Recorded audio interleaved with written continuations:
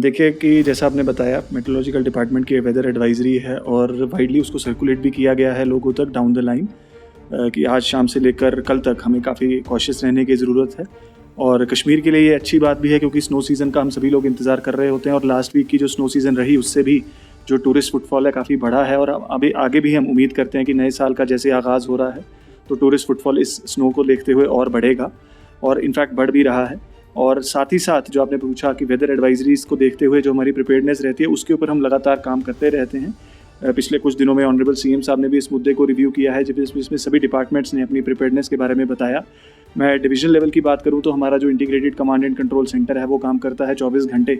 और जितने भी हमारे हेल्पलाइन नंबर्स हैं वो वाइडली सर्कुलेटेड हैं और पब्लिक की जितनी भी कॉल्स आती हैं उनको तुरंत रिस्पॉन्ड किया जाता है। उसके अलावा डिस्ट्रिक्ट लेवल पर भी सभी डिप्टी कमिश्नर्स ने अपने अपने कंट्रोल रूम्स बनाए हैं और उनको भी 24/7 मैन किया जा रहा है। स्नो क्लियरेंस के लिहाज से जितनी भी एग्जीक्यूटिंग एजेंसीज हैं, चाहे वो मैकेनिकल इंजीनियरिंग डिपार्टमेंट है, PWD है, बीकन है, नेशनल हाईवेज़ हैं, PMGSY है, श्रीनगर म्यूनसिपल कॉर्पोरेशन है, जितनी भी अर्बन लोकल बॉडीज़ हैं, उन सभी ने अपनी मशीनरी को एक्टिवेट किया है, प्री पोजीशन किया गया है कि तुरंत स्नो क्लियरेंस किया जा सके जैसे ही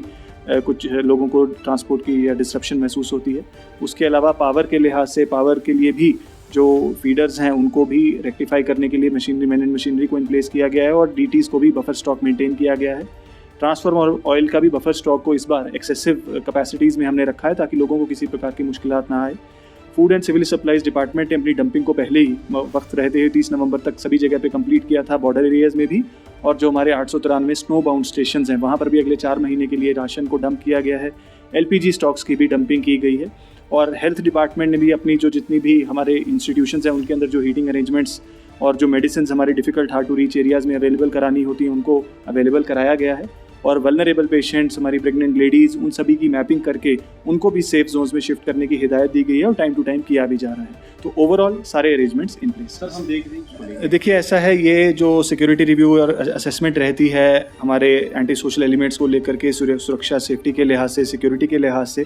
तो कंटिन्यूस रिव्यूज़ DCs अपने लेवल पर करते हैं। तो आपने देखा होगा कि कुपवाड़ा में, शोपियां में, कुलगाम में जहाँ पर उनको असेसमेंट वैसी थी तो उस हिसाब से DCs ने वैसे प्रोहिबिटरी ऑर्डर्स इशू किए हैं और वक्त ब वक्त ऐसे जो असेसमेंट्स हैं सिक्योरिटी की DCs अपने लेवल पर करते हैं और जैसे ही कुछ ऐसे मेजर्स की ज़रूरत पड़ती है ताकि कुछ ऐसे एंटी सोशल एलिमेंट जो इस चीज़ों का फ़ायदा लेते हैं और बहुत सारे लोग हम देखते भी हैं कि इसकी चपेट में आते हैं तो उनको बचाने के लिए और सोसाइटी के ओवरऑल इंटरेस्ट में ऐसे फैसले लिए जा रहे हैं।